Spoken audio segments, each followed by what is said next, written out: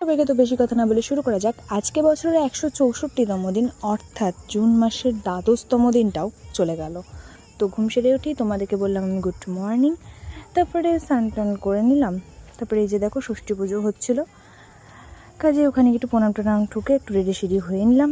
তারপরে এই যে ভাইচো এসেছিলো, ওর সঙ্গে একটু খেলছিলাম, খেলে টেলে তারপরে আমি একটু বেরিয়ে পড়লাম, কারণ ছোটোমণি আর মায়ের জন্য কিছু নেওয়া হয়নি। কাজেই এখান থেকে দুটো নাইটি নিলাম, তারপরে ওখান থেকে বেরিয়ে গেলাম। তো গরম লাগছিল, বাড়ি চলে আসলাম।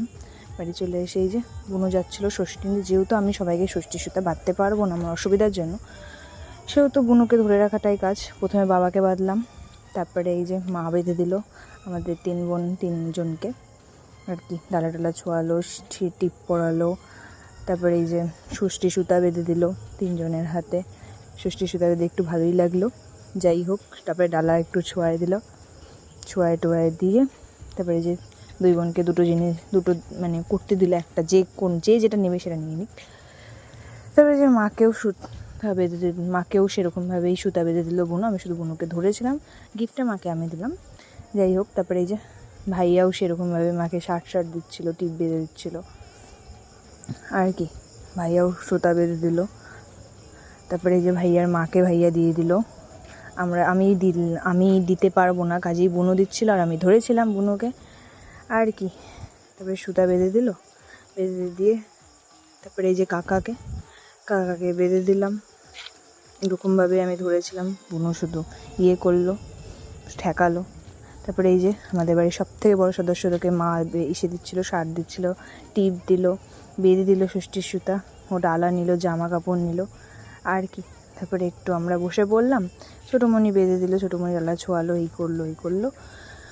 ছোটোমণিও ষষ্ঠীর সুতা বেঁধে দিয়ে আমি একটু শুয়ে পড়েছিলাম। তারপরে মা প্রসাদ দিল, প্রসাদ খেলাম। তারপরে রেডি সেডি হয়ে বেরোয় পড়লাম আমরা তিনজনে মিলে দাদু দিদার হোটেলে খেতে আর কি। দাদু দিদার হোটেলে ভাত দিয়ে দিল, এসব দিয়ে দিল, ডালটা দিয়ে দিল। এগুলো খেয়ে দেওয়ার পরে তারপরে একটু চলে গেলাম স্মার্ট পয়েন্টে, জুস নিলাম, দই নিলাম, দই এইসব নিয়ে স্মার্ট পয়েন্টে দই খেয়ে নিলাম আমি আর বুনু। খেয়ে দিয়ে বেরিয়ে পড়লাম। তবে দাদু দিদা হোটেল থেকে বাবার